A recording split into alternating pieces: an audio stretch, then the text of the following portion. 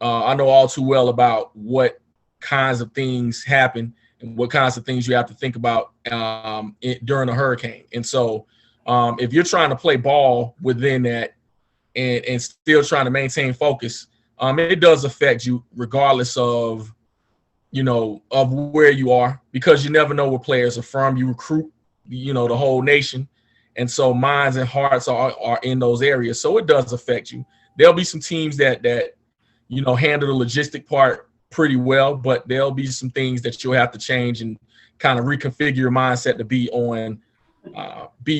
concentrating on the game. But, just prayers, out to those teams and people affected.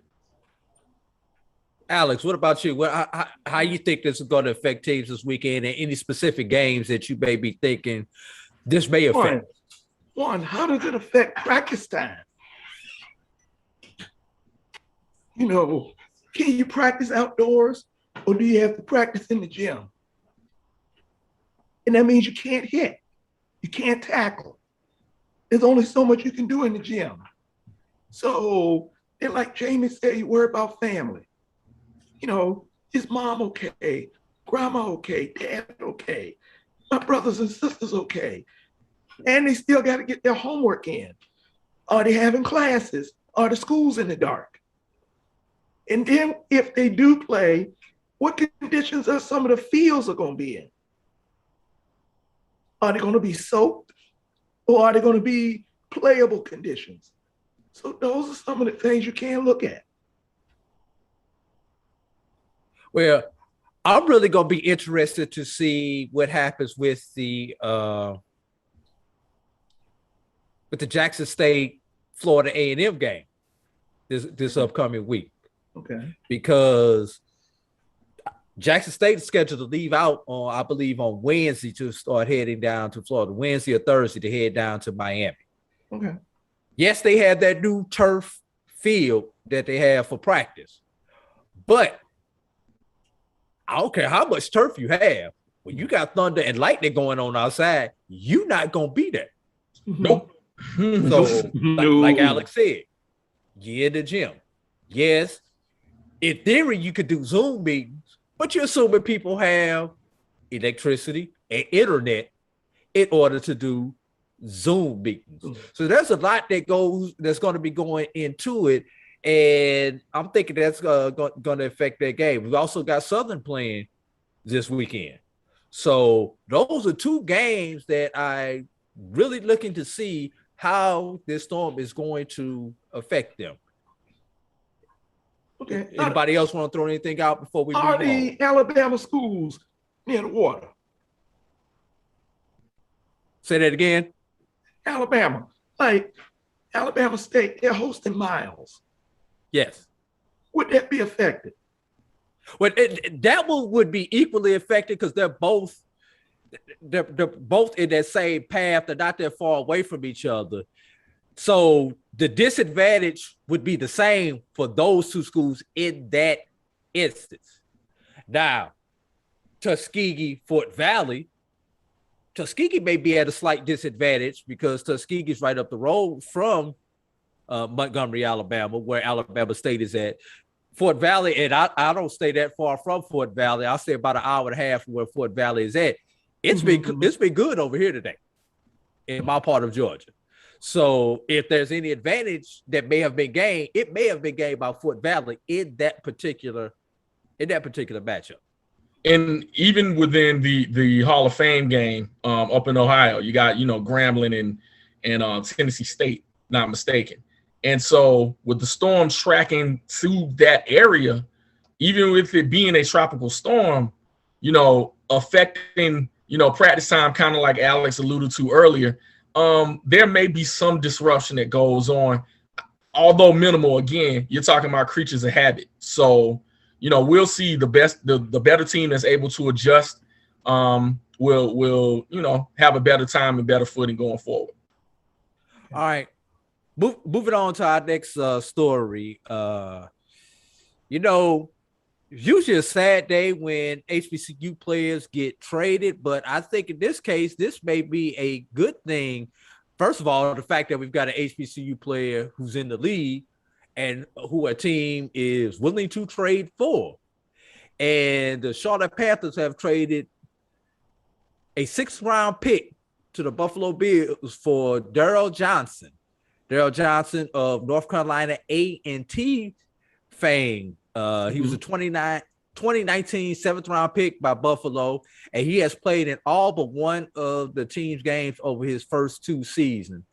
He has played a reserve role on defense and has been a regular on special teams for the Bills.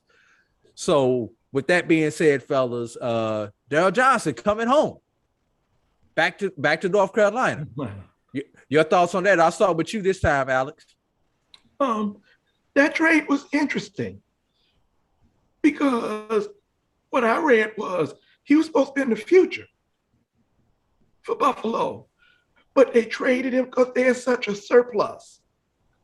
And they said it came down to him and another player, and they said that player didn't get traded because he can play multiple positions. Where Daryl was mainly a defensive end, and they only wanted to carry 6. They did not want to carry 7 ends. So he was traded to Carolina, who could use the help. They had no pass rush. Their defensive front was kind of, at times, suspect. So if he goes to Carolina, maybe this is the place where he could go and kickstart his career. And he was good on special teams. And in Carolina, we'll see what happens. Go ahead, Jamie. Yeah, Alex is exactly right, especially in that he had a pretty successful career in the Bills, or a successful start with the Buffalo Bills. Outstanding player at North Carolina A&T. Coming off the edge, you would just see Daryl all the time in that Blue Death defense. But, you know, going to Buffalo really was a major course specialist in special teams. Also was able to be a situational pass rusher for them as well. And it's a matter of relationships when it comes to this trade in general. Former GM was with the Carolina Panthers organization. And so naturally, if you have a first rounder or early second rounder that you have in Greg Rousseau, who's up from Miami playing well, he played well in preseason, who you see as your future, and you're not going to carry but so many players in that position, then why not see what value you can get for a pick? And, you know, it's just a matter of choices, regardless of what we like from him. But we're happy to see that he is still in the league and having a job. So being traded means you at least you're wanted by someone.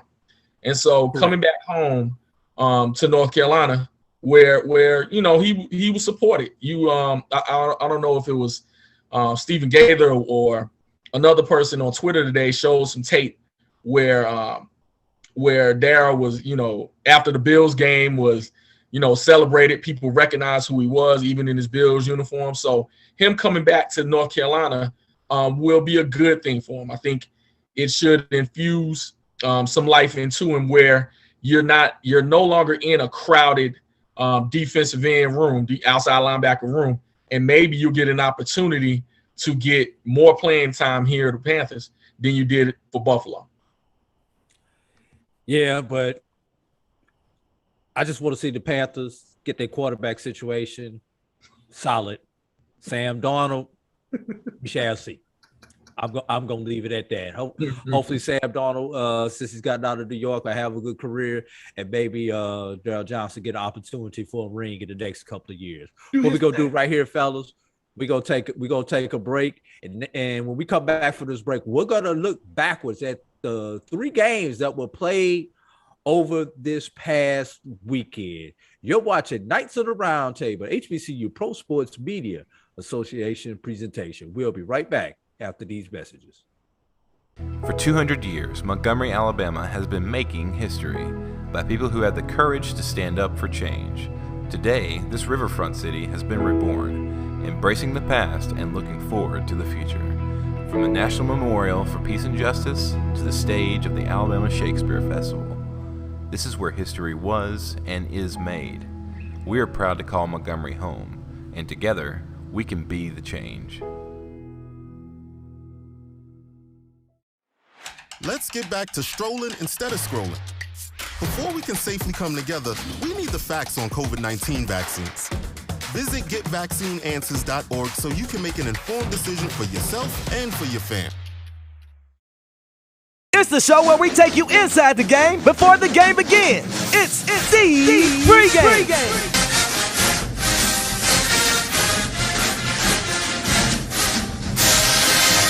With your host, Charles Bishop and Neely. So get ready, because we pregame harder than the other show's party. It's the pregame.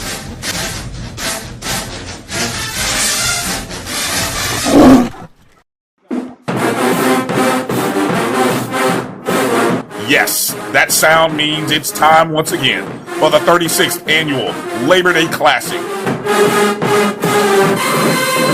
Featuring the Prairie View A&M Panthers versus your Texas Southern Tigers for the Battle of the Lone Star State on Saturday, September 4th. Kickoff, 7 p.m. at BBVA Stadium.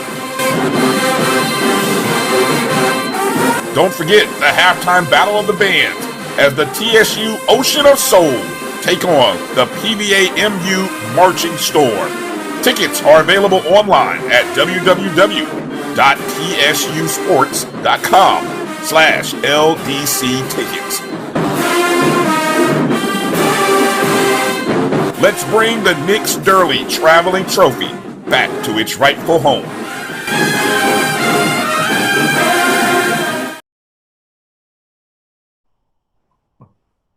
Welcome back to Knights of the Roundtable.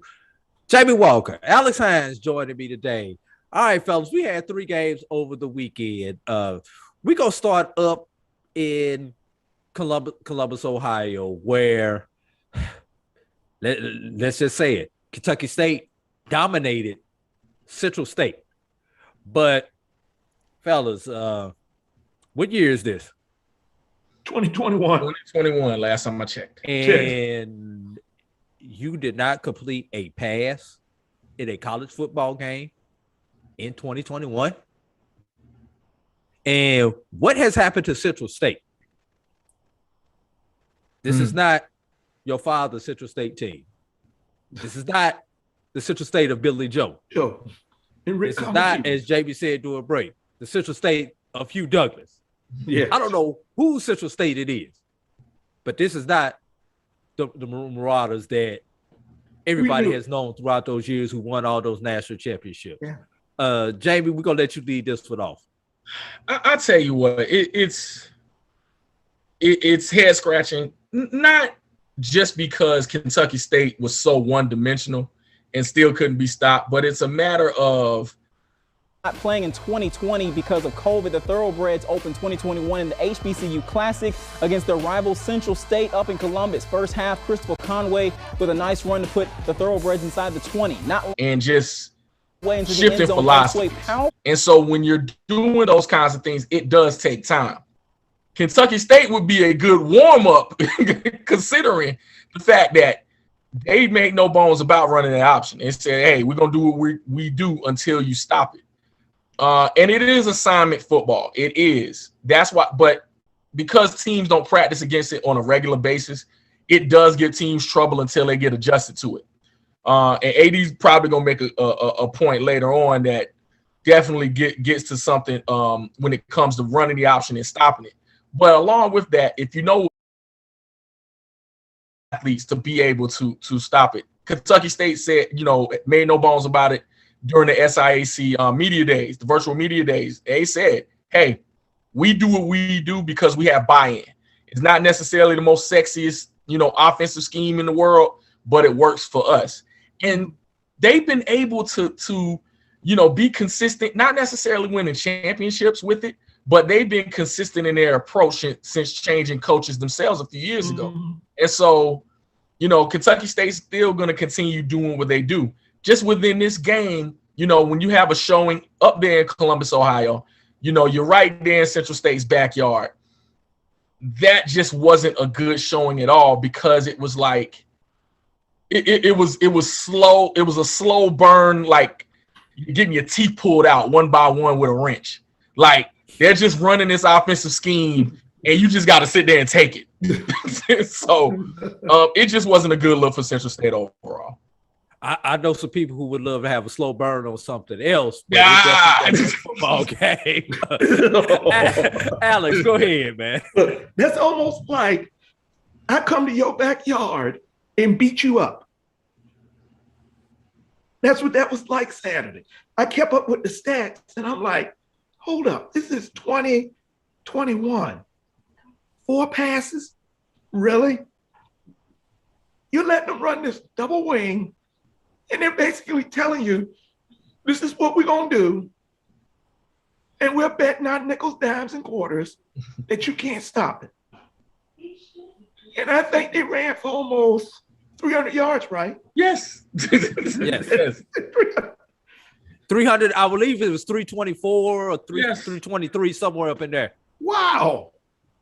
And they're saying, here we come, because we don't think you can stop us. And if they're going to do this, then what is the rest of the SIAC going to do? Are they going to have the athletes to stop? You know, I am so glad that you mentioned that thing. Do they have the athletes? And we were talking about this offline. The problem with that, basically, it's a double wing offense. Ran it when I coached Little League. Ran it the first high school team that I coached. And we talking almost 20 years ago when we talking about these offenses that I was running. No one recruits the athletes to stop that anymore. What do I mean by that? So many teams run the spread, 3 wide, 4 wide, 5 people in the pass route. Mm-hmm. What does that mean for you on defense? You need to have smaller, quicker backs, linebackers who can cover in space. So when you get a team that wants to stay between the tackles and run down your throat, and you only see it once a year, you can't get ready for that in 5-6 days. Now, Central State, you had no excuse. You had all summer to get ready for that. Matter of fact, make sure you save the tape, because you have them for the last game of the season. For some strange reason, they playing each other twice. But that's a totally different story. You know, no one plays with 3 linebackers anymore. When last time you seen 3 linebackers except in a 3rd and 1 or a goal line situation? You hardly do. Does anybody even know what a Sam, a Will, and a Mike is anymore? No. Everybody's running these 4-2-5 schemes. So exactly. Yeah. That and that's my point. That's why Kentucky State can do what they do, because most teams don't have the athletes to be able to do that and have the discipline to stay within the assignments. Because when you're playing the option, you have to take. I don't care where the play is. If you have the quarterback, you got to hit the quarterback. If you've got the pitch man, you have got to take the pitch man. I don't care what the quarterback do. Then whoever got the quarterback deal with the quarterback, you take the pitch man.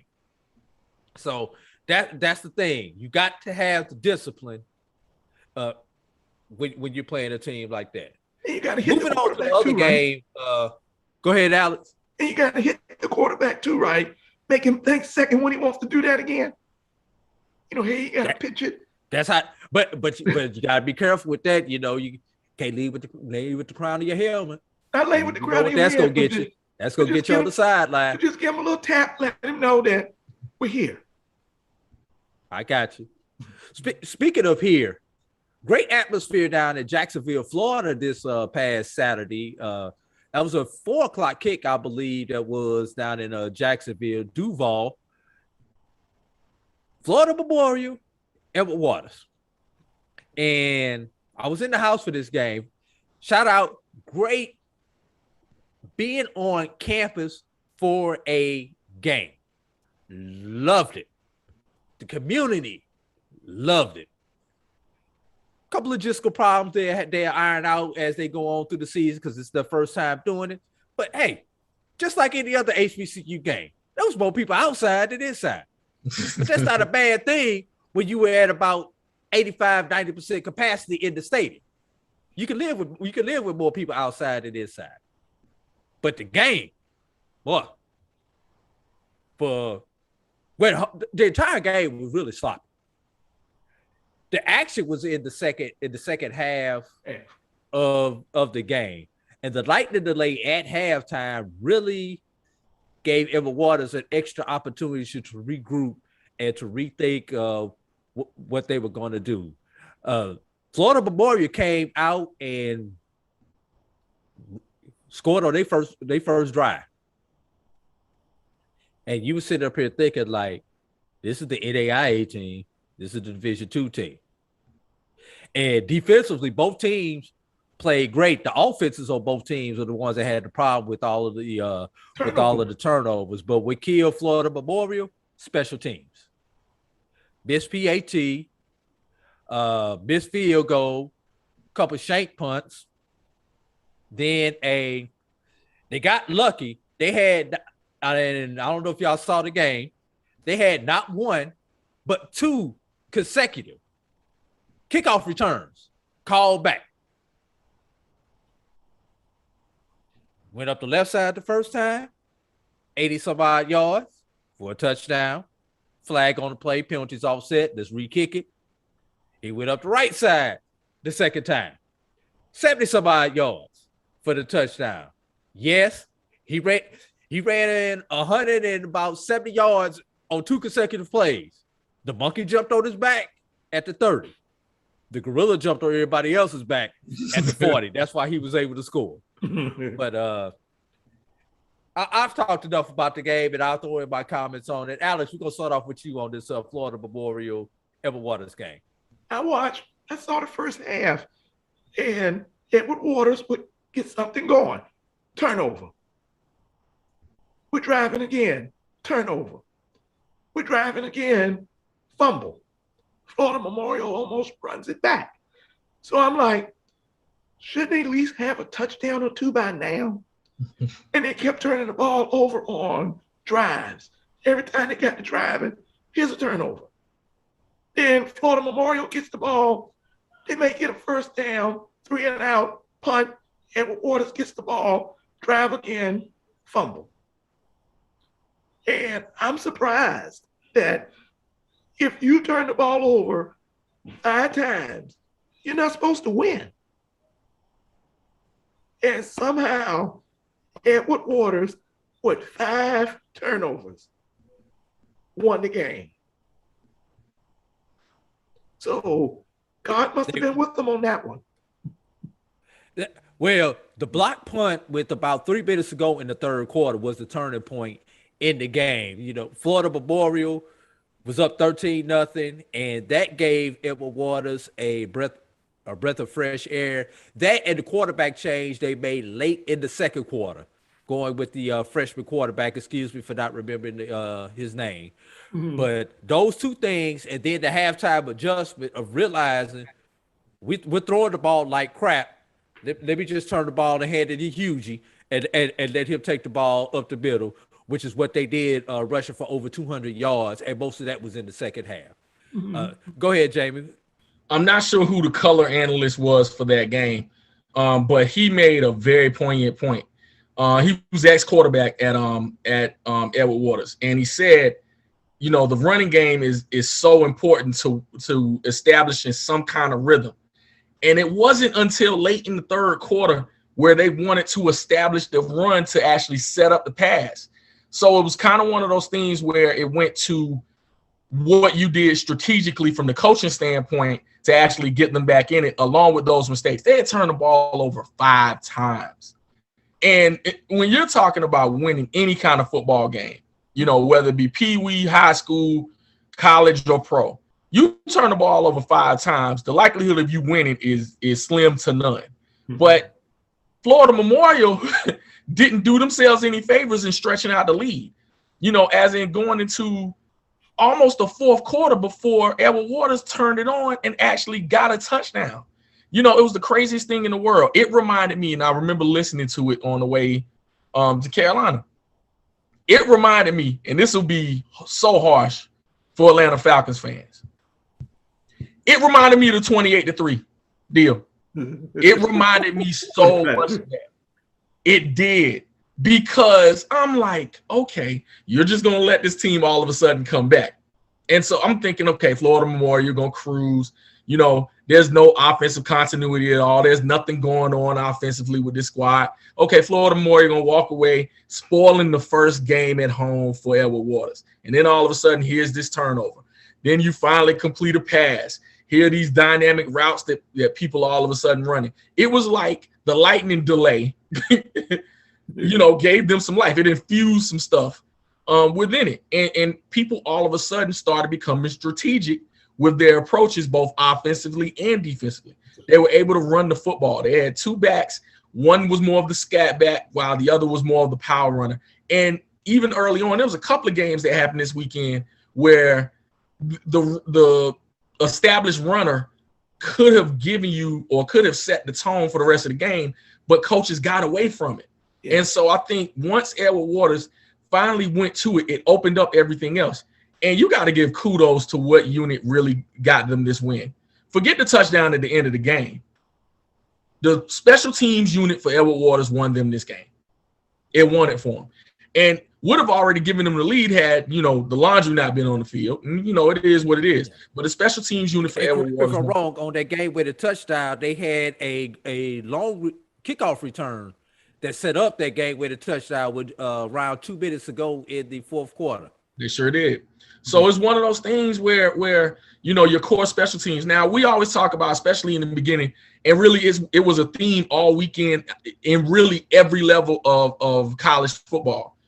The long layoff, the getting used to playing football again, especially teams that didn't play at all, had to get reaccustomed to actually being in live action. And so I think the same thing kind of approached this as well. The offenses for really all squads that I've seen this weekend were slow to catch up with what they do offensively. And the special teams and defenses really dominated. Yeah. Well, Edward Waters, and excuse me, Edward Waters fans for saying this. Edward Waters, you look like a team who just hired a coach in May. What I mean by that, confusion, the schemes weren't right. You could tell that Coach Morgan has not had time to really put in what he needed to put in as a coach who was hired in January would have had. If you're hired in January, you have your spring practice. Great point. To put your system in. Yeah. You have your summer workout to put your system in, to get your weight training system in. If he was hired in May, you know, most of the assistant coaches didn't start to June. So he really hasn't had time to put his system in like he wants it to see. Florida Memorial looked like a team who had a coach who has been there a year. Well, minus the special team. Because that Florida Memorial defense, I can't take anything away from that Florida Memorial defense. Yeah. Offense had some opportunities out on the field, but the defense took advantage of every mistake Edward Waters made. If they didn't score on it, because I believe they had like a pick six or a fumble six. If they didn't score, they left the offense in position to score. The offense left a couple points out there on the board. Special teams left plenty of points out there on the board. But Florida Memorial's defense looked good. And no disrespect, Edward Waters' defense also looked good also.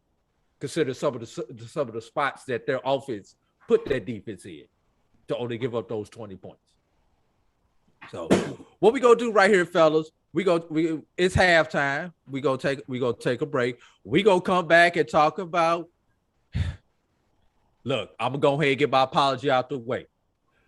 All the North Carolina Central fans I'm apologizing to you. I'm apologizing to you for black media. No one gave you a chance. You came, you saw, you kicked that. We're going to go to the break on that note. You're watching Knights of the Roundtable, HBCU-Pro Sports Media Association presentation, and we will be right back. The inaugural Boeing Red Tails Classic is personal to me. It's more than a matchup between Tuskegee University and Fort Valley State University. My beloved father, Colonel Lawrence E. Roberts, was a proud member of the Tuskegee Airmen. 922 brave pilots, also known as the Red Tails, fought in World War II. The Boeing Red Tails Classic is more than a celebration of HBCUs. It's a reminder of the Tuskegee Airmen's valor and sacrifice, the first class of black fighter pilots who trained at Tuskegee Institute in Alabama during the height of Jim Crow, fighting for America, while in many ways, America fought right back against them. This inaugural Boeing Red Tails Classic, this football game, is for them. And it's quite special that this game, which will be played at the Crampton Bowl in Montgomery, Alabama, opens the 2021 college football season on Sunday, September 5th at 7 p.m. Eastern on ESPNU. When you watch this game, please remember its larger meaning, that it's for a group who advocated for themselves while still facing prejudice and discrimination in the segregated Army. The Tuskegee Airmen story hardly gets told enough. I, proud daughter of a Tuskegee Airman, join others who champion their legacy and how they influence generations of black cultural and political leaders.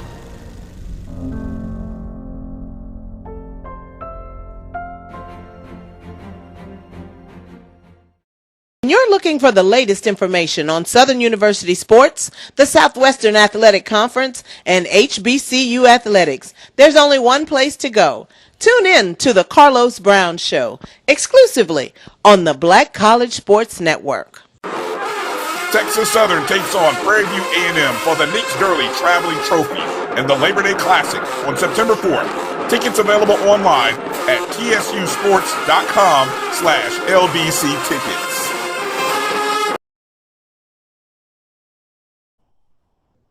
Welcome back to Knights of the Roundtable, HBCU-Pro Sports Media Association presentation. Need to get the shout-outs time. It is time to shout out what's going on to my man Will Sincere from down at Florida Memorial. Bumped into him at the game, had a good conversation with him outside the stadium there in Jacksonville. Chuck Hunt always checking in on something on Black College Sports Network. He says, what's up, Jamie? And he says, what's up to you, Alex? What up, Chuck? Chuck B. And he also agreed with us that about Central State. This is not the place that coaches Billy Joe and Rick Comagee put on the football map. He added those two names in to what we was talking about. Will says even though his team lost, it was still a great game down in Jacksonville, Florida. Mm-hmm. Reg Walston says, great show. Says NCCU in the house. Yeah, man. We owe you one. Matter of fact, now, Edward Moore says, good evening, Knights. And the 100 Fanatic says, thank you for your uploads, Alex. You got him through the last year. Yes. Oh, that's so true. Yes. Yeah. Now, I'm gonna put it out here before we get into this game. I got a prescription. Need to check your temperature, Alcorn. Seems like y'all allergic to the city of Atlanta. Matter of fact, seems like all of the SWAC is allergic to Atlanta because every time they go there, be it the Celebration Bowl, be it the Challenge, they lay it in. Oh, no comments? No, I mean, Grambling is the only one that's come out of here lately with a W. You know, so yeah. Ironically, who did they beat that year? Central. Yep. I mean, Southern's got a couple wins back in the day, but you know, seems like they can't go to Atlanta and do anything. Well, I mean, so it's who wants to lead this off? We discuss this BX Swag challenge, fellas. Where, Jamie? I set it off. I think when you're set it off, my brother. You know, first of all, it's hard for me as an A&T grad to, of course, give Central any credit, but I'll do so anyway. Phenomenal job. I think that coming into this game, nobody, including me, expected North Carolina Central to play as well as they did, especially offensively. I think when you're looking at the way that they had a game plan coming in, Felix Harper and that group from Alcorn was supposed to be the most phenomenal offense. And in that first drive, it appeared that they would be. But there were a couple of things that I've always kind of observed about them in general and Felix Harper. Phenomenal quarterback. He leads that Alcorn attack, you know, to a T almost, except for a couple of different areas. Number one, his efficiency within what they want to do schematically. They run the spread, but along with that, there are times, and this may be as a result of the offensive coordinator as well, they get away from what they're doing well within the offensive drives, and that is they running the ball. You know, and I forget, I think his last name Sanders, number 31, looked like Jamal Lewis out there. He looked like, that's who he reminded me of every time he got the ball. They got away. Another number 31. They got away from running the football and just continued to throw. And number two, Felix Harper's ball security when he's running with the ball. Now, because they love to pass the football, I can understand the interceptions to some degree. You take chances. That is what you do. But at the same time, you got to have established ball security when you're running with the football. And I think that cost them a couple of times. North Carolina Central really played their base scheme. They didn't do anything fancy. They were able to get pressure with their front four, was able to get ball carriers on the ground, was able to cover pretty well.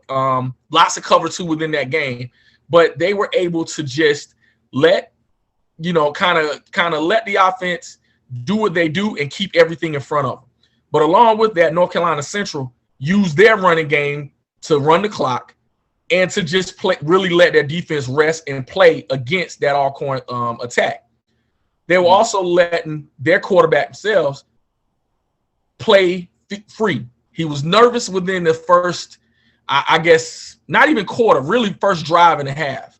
Mm-hmm. And so when you saw him really settle down and just play within the offense, it said, okay, we're not going to give you anything complex. We're going to run this football with our bevy of backs. It was four running backs with significant time, including Slayton. And they were able to run the football effectively and throw it timely. It was a little bit off in the first half, but when they came back out in the second half and really had a lot of confidence going in, they were able to pass the ball around the perimeter. And Alcorn's defense, really their secondary, wasn't able to really get in the way of that passing attack at all. I think it was one late interception, but basically it turned into the equivalent of a punt, basically, and just flipped the field position again. So it didn't affect Central any. But Central's it was about a 30 or 40 yard play downfield, if I've been right, in the fourth quarter. Yes. Central came in with a great game plan and just said, okay, we're not going to do any talking, because all the chirping really came from the Alcorn side in that we're still the champs of the SWAC. It doesn't matter what Alabama A&M did in the spring. We the big dog until somebody takes us down. And they came in this ball game and got thoroughly beat. I know it was 23-14, but if you look at that game in totality, there wasn't a time where you thought Alcorn was ever in it. In fact, people waiting to say, okay, when are they going to turn it on?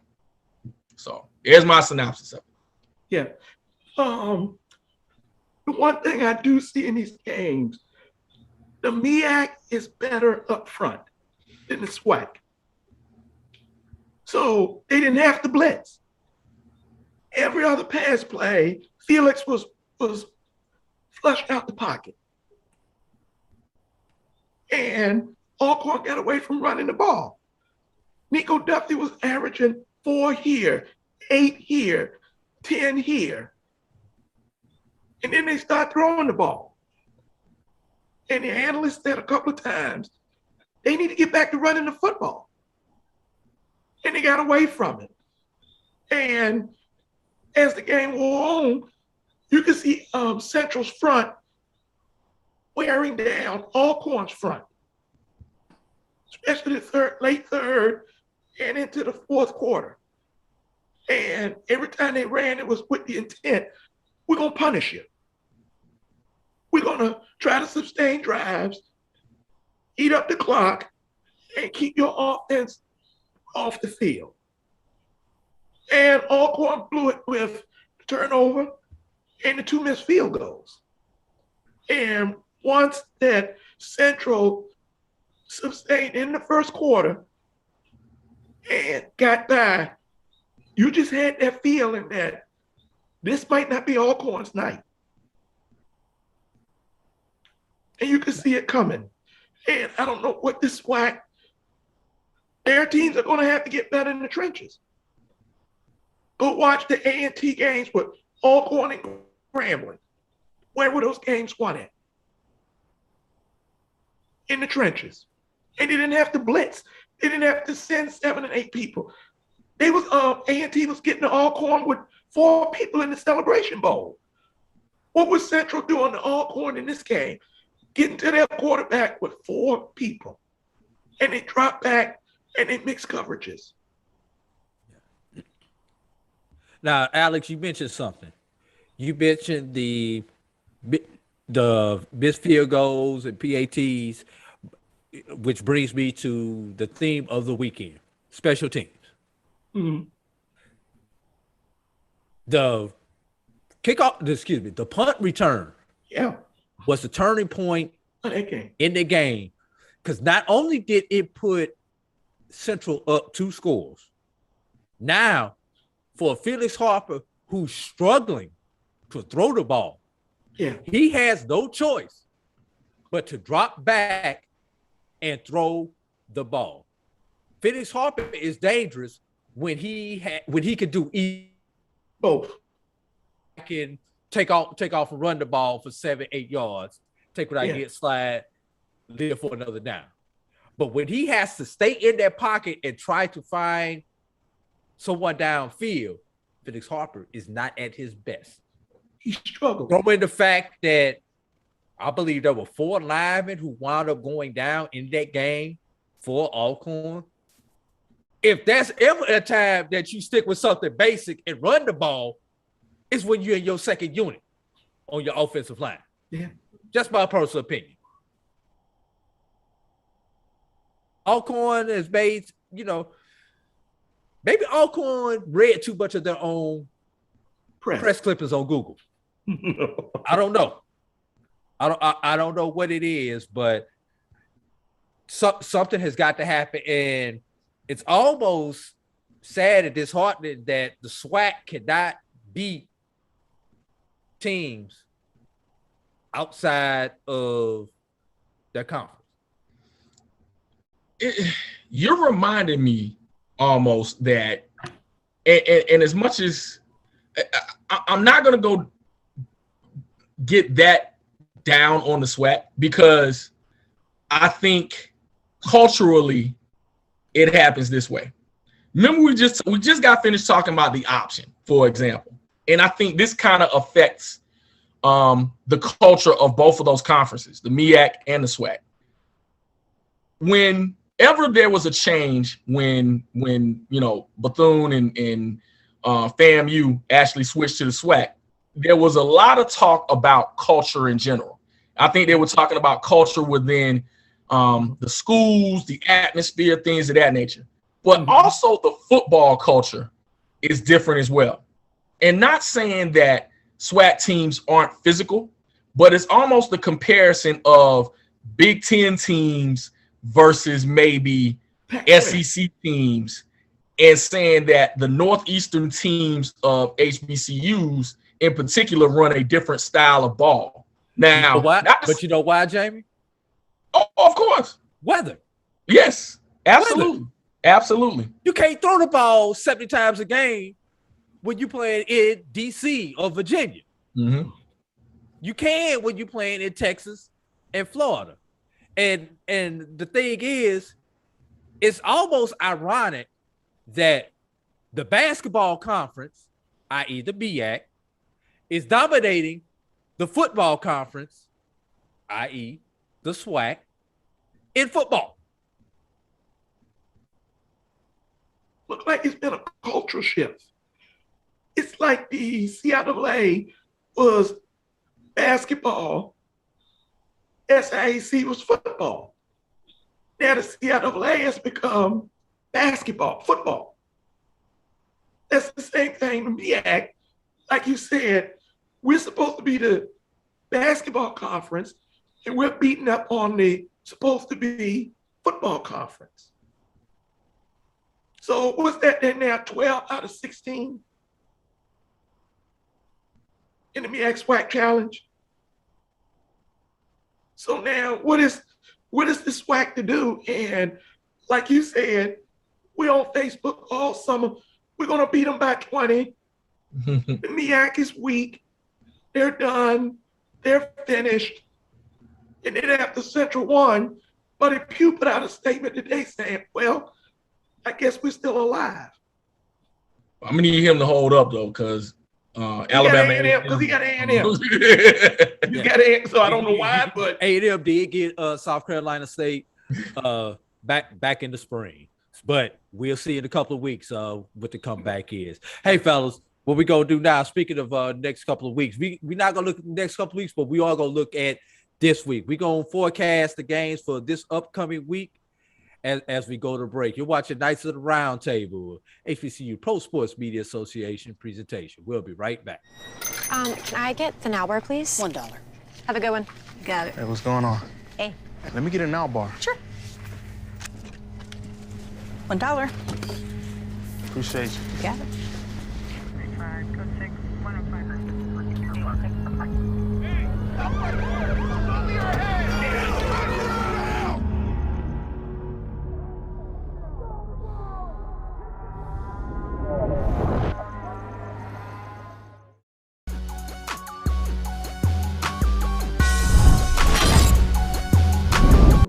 Alabama State to face Howard. It'll be interesting to see how the fan mix works. You know, how Howard's fan base responds, because has Howard been in a SWAC MEAC challenge? So I thought it was initially kind of good to introduce the Northeast part of the MEAC to the SWAC. Yeah, Howard claims to have a homecoming. They claim to have kind of a tailgate. I want to see what that looked like. Can they travel to Atlanta? I just want to say, I haven't seen much of a Howard. I've been to a Howard homecoming. I've been to Howard tailgate. I'm sorry, Howard fans. Let me repeat. It's nothing to brag on. All right. It is a one-day Aspire or BET video. That is it. So good. But good for you. But I think that event, you need to bring a little bit more to the fire. So,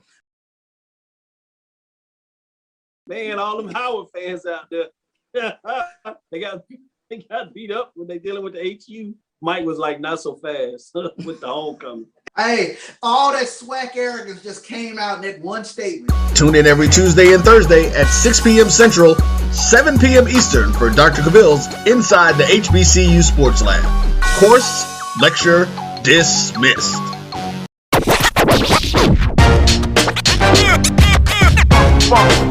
It's like a loop machine. All around town, people trying to get down.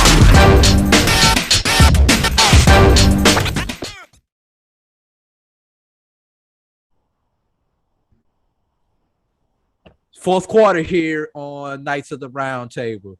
Alex, Stephen J. Gaither says, preach to us, my brother. Talk to us.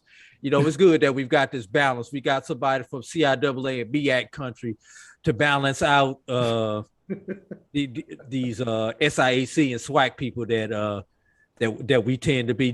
Jamie, what you claiming now? Because your See, school is Big South. So what are you claiming? I knew it was coming, man. I claim HBCU football. That's it. There you go. I have no allegiance. Except to A&T State. We're not gonna say we gotta call that a cop out. We're gonna call that a smart move. Yeah. All right, Jamie. We gonna start with you. You've had a chance to look at the schedule. Give me a matchup Thursday, a matchup Saturday, and a matchup Sunday that you're looking forward to. Oh wow. Thursday game between Shaw and Wingate. Looking forward to that. I got a couple of different reasons, personal reasons for that. Okay. A couple of guys I used to coach are on both on one on one squad, one on the other. Romario Johnson from Wingate, defensive back, used to coach him along with Donald Johnson on Shaw's team as well, who's backup quarterback. But I'm just looking forward to seeing what Shaw is able to do. Because they're one of the dark horse picks to win that division. Yeah. I think seeing where they've been and really them growing as a program from the doldrums up to where they are now and continuing to just have that program flourish, it's time for them to take that next progression. Fayetteville State and Bowie's been there. And so, it may be time for another, team to emerge. So I'm looking forward to seeing that on Thursday. On Saturday, looking forward to seeing, and I'll actually be there, knock, between Clark Atlanta and Livingstone. Livingstone, with the new digs, I'm not sure if they're there yet. I didn't, get the word from the SID, but they're coming in with a lot of enthusiasm as well. Clark Atlanta really hasn't answered a lot of questions. Once they changed coaching staffs, it was kind of one of those things where, okay, you played one season, you went 0-10, you played in some close games, but you really haven't established an identity. So I'm curious to see how, because they dropped, the last time they played Livingstone beat them. And so I'm curious to see where that game goes. And then, of course, most people are going to take the Orange Blossom. I will actually talk about this Red Tails because I want to see the pageantry of that game. What I hope is a phenomenal matchup as well, because you're coming in with two teams. Tuskegee, after being the king for so long, has some questions over the last few years about where they are as a program, and can Coach Slater go into this campaign really trying to reestablish the dominance that he had in the SIAC at one point. So can they get back to being a perennial winner? So those are three games I'm definitely looking forward to. Alex, what about you? Give me a Thursday game, a Saturday game, and a Sunday game. He took my Thursday game, Shaw. Some people have Shaw challenging Fayetteville State, saying that this could be the year that they are dethroned as the West champ, and said, let's see if we can send someone else to beat Bowie. Because Bowie has, for the last 3 years, beaten Fayetteville, even though the last game was close. Bowie didn't dominate. Saturday, statement game. I'm actually looking forward to Bowie State and Delaware State. The MEAC's reputation is on the line. Delaware State has to win that game. They cannot let Bowie State, the Division II school, come in and beat them in Dover, Delaware. Despite the fact that they are number one in the HBCU-Pro Sports Media's mid-major poll? Yes, they got to win it. Despite it. Yes, they got to win that game. And Sunday, I'm going to look forward to Grambling and Tennessee State. I want to see what Tennessee do with Eddie George, what type of offense with Hugh Jackson. They needed a change. I don't think that Rod Reed was getting it done anymore. And for Grambling, I'm hoping that this is not put up or shut up for Roderick Fobbs. Great man, great person. But you've been hearing some rumblings that And if he don't get something done, is the U-Haul truck will be backed up to his house. So, and who's going to be the quarterback? Did Elijah Walker win that job? And can their offense catch up with their defense defensively? Even in the spring for a couple of games, Grambling was actually pretty good, but it was offensively that they had some questions. So those are 3 games I'm looking forward to. Hey, before I give my games, Stephen J. Gaither, if you're still out there, hey, we got a seat for you on next week's show if you ever want to come take it, bro. Any Monday that you want to come on, Stephen. You're a member of this association too, so we need your opinion also. Now, for the games that I'm looking forward to, let's start off with Thursday. And since both of y'all gave the Shaw Wingate game, I figure I could sneak an extra game in now since we didn't talk about 3 separate games on Thursday. So my runner-up game is actually Lincoln of Missouri at Washburn. Hosea Franklin, who was Mr. Everything for the Blue Tigers and Lincoln of Missouri, over 1,000 yards rushing. Want to see if they got him some help. Let's see if they got him some help, because we know what he could do by himself. Let's see if they got him some help there in Jefferson City, Missouri. They're at home versus Washburn Thursday. That's a 7 p.m. Eastern time kickoff. But the game that I want to see is Albany State traveling to Mississippi College. Kickoff is at the same time. Albany State, depending on who you talk to, picked to win the SIAC East. If not win the East to challenge Savannah State, they are the defending SIAC champion. Once again, one of those conferences that does not do good when they go out of conference in their own division is the SIAC. So in order to get their conference rating up, Albany State has to not only compete, but a win would be nice, but they have to compete. They can't not go down to Mississippi College and lose by 3 touchdowns or more if they want the conference to look good. So those are my Thursday games that I am looking forward to.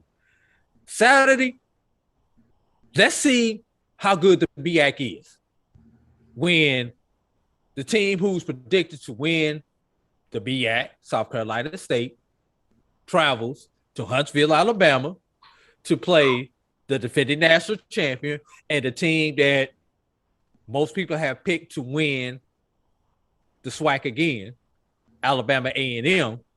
That's a 7 p.m. kickoff in Huntsville, Alabama. So let's see how good the BAC is. Can the BAC get that win? Because, they may need that win to save face if Bowie beats Delaware State. They're going to need that win to save face in black college football right there. Because those are the only 2 HBCU on HBCU matchups that the BAC has on this Saturday. So Alex took one, I took the other. And on Sunday, it's got to be the Orange Blossom Classic. Yes, I'm a fan of you alone, but all the hype that's around Coach Willie Simmons and Coach Prime Deion Sanders, all the hype that's going into this game, everybody is going to be, if you're not watching your team play on Saturday, you're watching this game if you're an HBCU fan. The only reason you don't watch this game is like I have to break away from the game in the second half to get ready for the Tuskegee Ford Valley game. That's the only reason I won't finish that game. But everybody wants to see this game, and this game has serious playoff implications. The loser out the gate is behind in the East standings. The East, 5 of the 6, any 5 of those 6 teams can possibly win in the East. So you do not want to start off one game in the hole. All right, fellas. Parting shots. Who we start off with last time? Jamie. So Alex, it's up to you. Give your parting shot. Give your plug. Yes. is here. Football season is here. If you can't get excited, something's wrong. If you want to go on my YouTube channel, my YouTube, Twitter, Facebook, they're all Alex Hines Presents HBCU Sports. And I also have a website called HBCUsports.net where I cover everything from football, volleyball, women's sports, everything. So if you want to know what's going on, that's where I am. Also, I'm in the working of getting a show started where we're going to just interview some CIAA legends and current people in the Richmond, Virginia area. And we're going to be possibly doing a NFL segment. And I have 2 former football players that will be the guys that will break down the synopsis. So that's it. And if I can do one other game, Alabama State has to hold it down against Miles College. They cannot let Miles College beat them, or they can't squeak by. SWAT reputation on the line. They got to win this game by 10 points or more. That's it. Oh, if Miles beats them. You saw how you stuck in that extra game too. Oh, yeah. Yes. You saw that, Jamie, right? I did. All right, Al. But before I let you go, Alex, all I'm gonna say on that game is Coach Reginald Ruffin is doing an on-the-job interview in that game. Coach Donahue Ely, no disrespect. If he loses that game, he loses to Magic City, and he loses to Tuskegee, he will not be the coach at Alabama State. He'll have you home. Your party shot, Jamie. Well, just again, prayers and thoughts to everyone in the Gulf Coast area, Alabama, Mississippi, and Louisiana especially. Don't forget about those little towns outside of New Orleans and outside those metropolitan areas who also need help as well, because they're often forgotten about. And somebody made me aware of that today. So definitely my thoughts and prayers are with them. I'm singing the praises of Alex as well. Football is back. I'm loving it. You can find me, AUC Gridiron Rewind, every Monday at noon. You can listen in on your favorite podcast medium. You'll also hear me on a few different places doing play-by-play or color for a few different games this year. So you'll hear my voice on your favorite network. Hopefully it's Black College Sports Network, of course. But you'll hear me on a few different mediums as well, including my own HBCU Gridiron Live. So definitely catch up with me. Follow me on Twitter at CoachWorkSports. Appreciate you there, Jamie. And as we go into week 1 of HBCU football, gotta say it. Please, let's not get stupid now. Wear your mask. Get your shot. Yeah, we know we're gonna want to dap everybody up, hug, do what we do. Do the black folk greeting, as I like to say. But we still can't do that, folks. We still can't do that. This COVID thing is real. It's affected a couple of us here at the Black College Sports Network. I myself have just got over it. I was lucky. I had the shot. I did not get it. I did not get any real terrible symptoms. One member of the Black College Sports Network was hospitalized. He's recovered now. I've got a niece. Just went to the hospital yesterday from COVID. Got another partner. Don't know if he gonna have to go, because he was like, how was you feeling after day 3 or day 4? I was like, bro, this is how I was feeling. He's like, well, I don't feel that good. So this COVID thing is real. Let's not get stupid yet. We're gonna have time to get back. Sooner or later, we're gonna get back to normal. But get your vaccine, still wear your mask. Wash your hands. You know, do what you got to do to protect yourself. You know, I want to echo Jamie. Prayers, thoughts, Yes, go to all those in the affected areas. You know, normally this is a time when I say, hey, give us some money here at the Black College Sports Network, HBCU-Pro Sports Media, or whatever to support our podcast. We still want you to like, share, subscribe. But instead of sending us a donation, send that donation down to those people down there in those affected areas today. Send that $5, send that cup of coffee down to those people in Louisiana, Mississippi, Alabama. Send it to them. Send it to help those people out.